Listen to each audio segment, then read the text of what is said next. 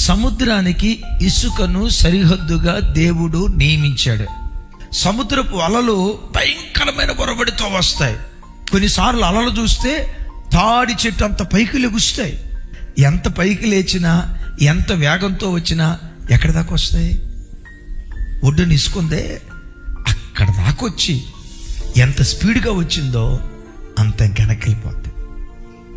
సరిహద్దు దాటి సముద్రం బయటికి రాదు. ఒకవేళ ఎప్పుడైనా సముద్రంలో ఉన్న అలలు, సముద్రంలో ఉన్న నీళ్లు సరిహద్దు దాటి పొంగి ప్రవహించాయా, సునామీ వస్తుంది.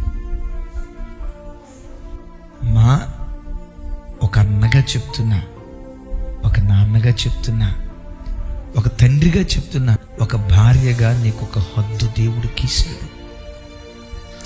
భర్తతో సంతోషంగా బ్రతుకు, తప్పులేదు. భర్తగా దేవుడు నీకు ఒక హద్దు గీశాడు. నీ భార్యతో సంతోషంగా ఉండు. హద్దులో బ్రతికేవా, హాయిగా జీవిస్తావు. హద్దు దాటేవా, నీ ఇంట్లో సునామీ వస్తుంది. దేవుడు ఒక హద్దు గీశాడు. నీ కష్టాధ్యతంతో, నీ జీతంతో నువ్వు తృప్తిపడు. నీ జీతంతో నువ్వు సంతోషించు. ఉద్యోగ స్థలంలో లంచాలకు పోకు, బల కింద చేయి పెట్టుకో, తప్పుడు త్రోవలకు వెళ్ళకు.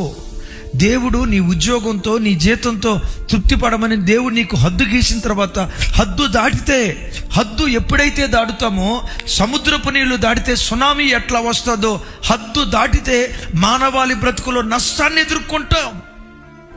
ఎన్నో సంసారాలు విచ్ఛిన్నమైపోవటానికి, ఎన్నో బ్రతుకులు పాడైపోవటానికి, జీవితంలో కరువు, శాపం, నష్టం మీద నష్టం వ్యక్తులు అనుభవించడానికి కలిగిన కారణం ఏంటంటే, దేవుడు గీసిన గీతను దాటి, సరిహద్దు దాటి విచ్చలవిడిగా ప్రవర్తించడాన్ని బట్టి బ్రతుకులు నాశనం అయిపోతావు.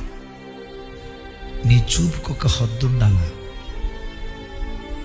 నీ మాటకు ఒక హద్దు ఉండాలా, నీ ఆలోచనలో ఒక హద్దు ఉండాలా.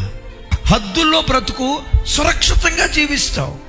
టెన్నిస్ ఆట మీరు చూసి ఉంటారు కదా. ఇప్పుడు గీత ఉంటుంది, ఆ గీత అవతల కొంచెం బాల్ పడింది అనుకోండి, ఏమంటాడు అంపైర్? ఫౌల్ అంటాడు. ఇప్పుడు క్రికెట్లో ఈ గీతకు అవతల బాల్ కొంచెం అట్లా పోయింది అనుకోండి, అంపైర్ ఏమంటాడు? వైడ్ అంటాడు. నేనంట, ఆటకే అంత నియమం అయితే నీతి కలిగిన న్యాయాధిపతి అయిన దేవుడు ఒక వ్యక్తి దగ్గర నుంచి ఎంత నీతి విలువతో కూడుకున్న నియమాన్ని కోరుకుంటాడో ఆలోచించు.